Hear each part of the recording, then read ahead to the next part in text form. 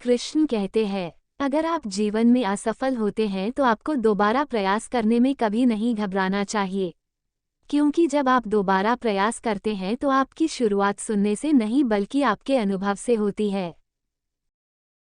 बहुत पुरानी बात है, एक जंगल में एक गुरुकुल था जिसमें बहुत सारे बच्चे पढ़ने आते थे। एक बात की बात है, गुरुजी सभी विद्यार्थियों को पढ़ा रहे थे, मगर एक विद्यार्थी ऐसा था जिसे बार बार समझाने पर भी समझ में नहीं आ रहा था। गुरुजी को बहुत तेज से गुस्सा आया और उन्होंने उस विद्यार्थी से कहा, जरा अपनी हथेली तो दिखाओ बेटा। विद्यार्थी ने हथेली गुरुजी के आगे कर दी। हथेली देखकर गुरुजी बोले, बेटा तुम घर चले जाओ, आश्रम में रहकर अपना समय व्यर्थ मत करो, तुम्हारे भाग्य में विद्या नहीं है। शिष्य ने पूछा, क्यों गुरुजी? गुरुजी ने कहा, तुम्हारे हाथ में विद्या की रेखा नहीं है। गुरुजी ने एक होशियार विद्यार्थी की हथेली उसे दिखाते हुए कहा, ये देखो, ये है विद्या की रेखा, ये तुम्हारे हाथ में नहीं है, इसलिए तुम समय नष्ट ना करो और घर चले जाओ और वहां अपना कोई और काम देखो।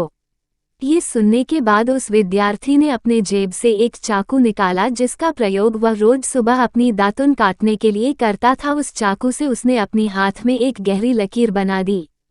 हाथ से खून बहने लगा। तब वो गुरुजी से बोला, मैंने अपने हाथ में विद्या की रेखा बना ली है गुरुजी। ये देखकर गुरुजी द्रवित हो गए और उन्होंने उस विद्यार्थी को गले से लगा लिया। गुरुजी बोले, बेटा तुम्हें विद्या सीखने से कोई ताकत नहीं रोक सकती है, दृढ़ निश्चय और परिश्रम हाथ की रेखाओं को ही बदल देती है। दोस्तों, वो विद्यार्थी आगे चलकर महर्षि पाणिनि के नाम से प्रसिद्ध हुए, जिसने विश्व प्रसिद्ध व्याकरण अष्टाध्यायी की रचना की है। इतनी सदियां बीत जाने के बाद भी आज 2700 वर्षों बाद भी विश्व की किसी भी भाषा में ऐसा उत्कृष्ट और पूर्ण व्याख्या का ग्रंथ अब तक नहीं बना। तो दोस्तों, इस कहानी की शिक्षा ये है कि लोग चाहे जो भी बोले, हम हर एक को गलत साबित करते हुए अपनी लगन और कठिन परिश्रम के दम पर जो चाहे वो सब कुछ हासिल कर सकते हैं। Thanks for watching our video.